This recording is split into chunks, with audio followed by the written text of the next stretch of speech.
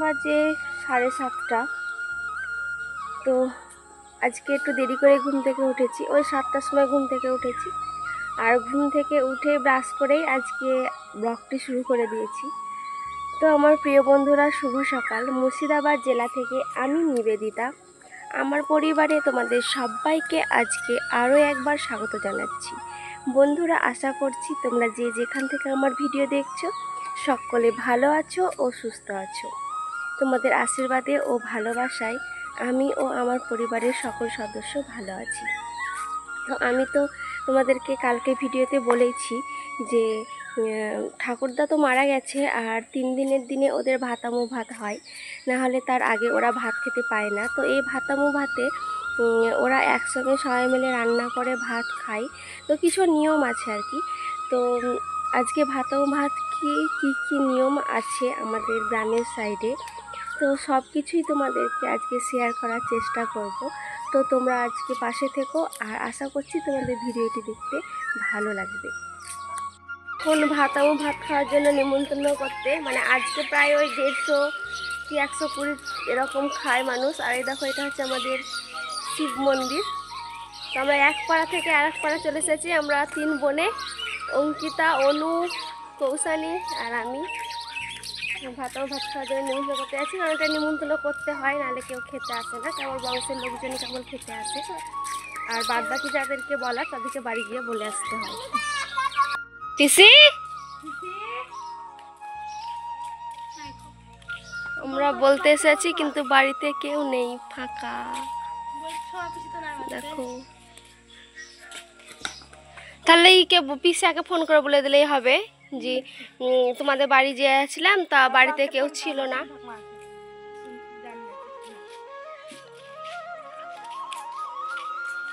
দেখো, এটা পিসিদের হরি মন্দির।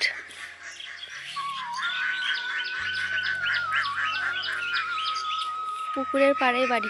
ডুমুর আছে তো। হ্যাঁ, এটা হচ্ছে আমাদের প্রাইমারি স্কুল গ্রামের, মন্দিরের সামনেই।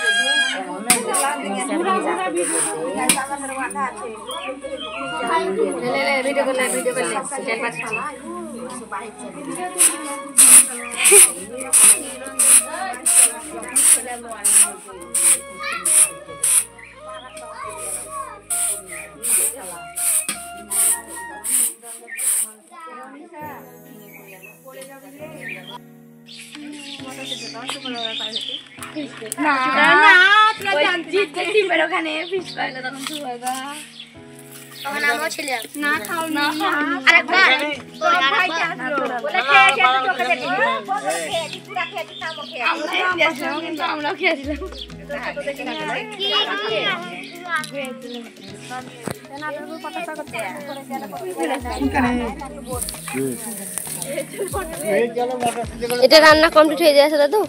এটা কমপ্লিট? না না, শুকে দিবে।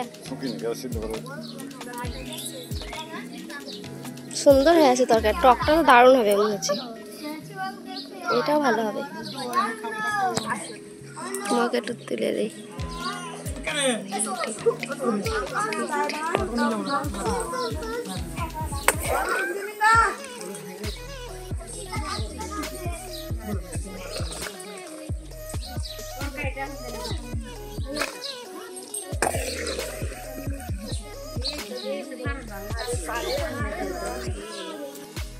এই যে এই দুজন রান্না করছে আমাদের বাবুর্চি, এই একজন। আর এখন হচ্ছে ভাত, লাস্টে ভাত, গরম গরম ভাতের সঙ্গে খাওয়া যাবে। গেছে যে রান্না করছে সেই মনে হচ্ছে অর্ধেক সেরে দিবে। দেখো,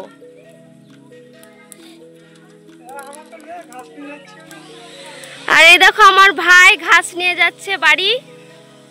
আমাদের ছাগল আছে সেই কারণে। আর এখানে ঠাকুমা বসে আছে, সবকে দেখে নাও তোমরা আজ। এটা হচ্ছে আমার ঠাকুমা। আমার এই ঠাকুরদা অনেক আগেই মারা গেছে, আমার ঠাকুমা বিধবা। আমার 4টে ঠাকুর বাবার মধ্যে 3টে ঠাকুর বাবা মারা গেল, আর একজন এখনো আছে, ছোটটা। আর এই দেখো এখানে সব আড্ডা দিচ্ছে, আড্ডা বসে আছে। এই দেখো একজনা শুয়ে আছে, মাম্মা মা। আর আমার মা, এই দেখো আমার মা। আর এটা আমার ঠাকুমা, আমার ঠাকুমাও খুব অসুস্থ। এটা হচ্ছে আমার ভাই অংশু। আর এটা হচ্ছে আমাদের একটা গ্রামেরই বড় মা। তো উনি ঘাস কাটতে এসেছেন মাঠে। তো দেখো আলটাতে কি সবুজ সবুজ ঘাস হয়েছে, আর সেই ঘাসগুলো আর কি কেটে নিয়ে যাবে।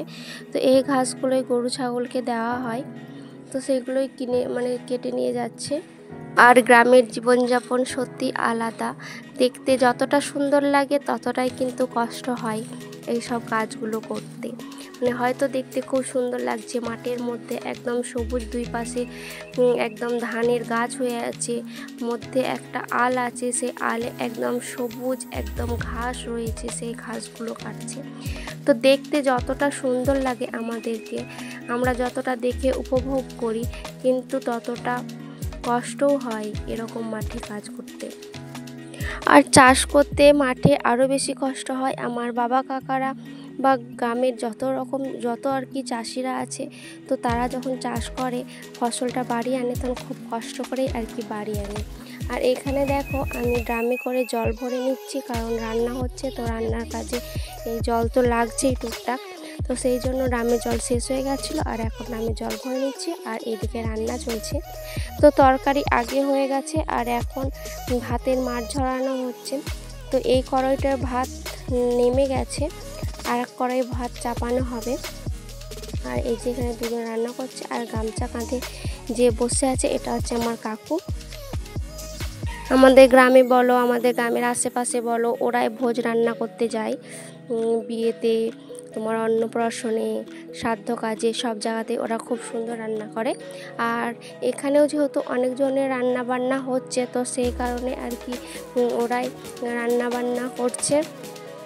আমরা মেয়েরা আর কি যত কজন ছিলাম, তো সবাই আমরা সবজি কেটে বেছে দিয়েছি। তো এমনিতে তো সবজি সেরকম নয়, যেহেতু খেতে পারবো না আজকে, এটা ভাতামো ভাতের রান্না। আর হ্যাঁ বন্ধুরা, ভাতামো ভাতকে অনেকে হবিষ বলে ভুল করবে।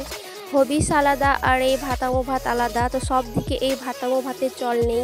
তো যেদিকে যেদিকে আছে তারাই বুঝতে পারবে ভাতামো ভাত কি, আর যাদের দিকে নেই তারা হয়তো এটা হবিষ বলে ভুল করবে। তো এটা হবিষ নয়, এটা হচ্ছে ভাতামো ভাত। এটা একটা নিয়মের মধ্যেই পড়ে। তোমার এটা 3 দিনকার দিনে হয়, 2 দিন ভাত না খেয়ে তারপর 3 দিনকার দিনে ভাত খাওয়া যায়, সেটাকেই ভাতামো ভাত বলে। আর এই ভাতটা খেয়ে আর কি বাড়ি ঢোকা যাবে না। ভাতটা খাওয়া হয়ে গেলেই, মানে ভাতটা খাওয়ার আগেই সবাই গামছা নিয়েই আর কি বেরিয়ে আসে, আর ভাতটা খাওয়া হয়ে গেলেই সবাই স্নান করতে যায়। এটা খানিকটা হবিষের মতোই, কিন্তু হবিষটা কি কথা না বলে আরও অনেক কিছু নিয়ম পালন করে করতে হয়। আর এটা অতটাও নিয়ম পালন করতে নেই, মানে খেতে গেলেও হবিষের নিয়ম আছে, স্নান করতে গেলেও নিয়ম আছে, সব কিছুতেই নিয়ম আছে, কিন্তু ভাতামো ভাতের নিয়মটা নেই। কেবল এটা মানে 3 দিন না ভাত খেয়ে 3 দিনকার দিনে আর কি বংশের সবাই যাদের আসজ তারা ভাতটা খায়। আর এই যে বললাম যাদের আসজ নেই তাদেরকেও আর কি বলে আসতে হয়, নেমন্তন্ন করে আসতে হয় যাদেরকে যাদেরকে বলার। তো বন্ধুরা, ভিডিওটি এই পর্যন্তই, আর বেশি বড় করিনি। তোমাদের সঙ্গে দেখা হবে আমার পরের ভিডিওতে। তোমরা আশা করি বুঝতে পেরেছো যে ভাতামো ভাত কি, আর আমি চেষ্টা করেছি তোমাদের সব কিছু দেখানোর জন্য। আর অবশ্যই চ্যানেলটি তোমরা সাবস্ক্রাইব করে দিবে, যাতে আমার পরের ভিডিওগুলি তোমরা দেখতে পাও।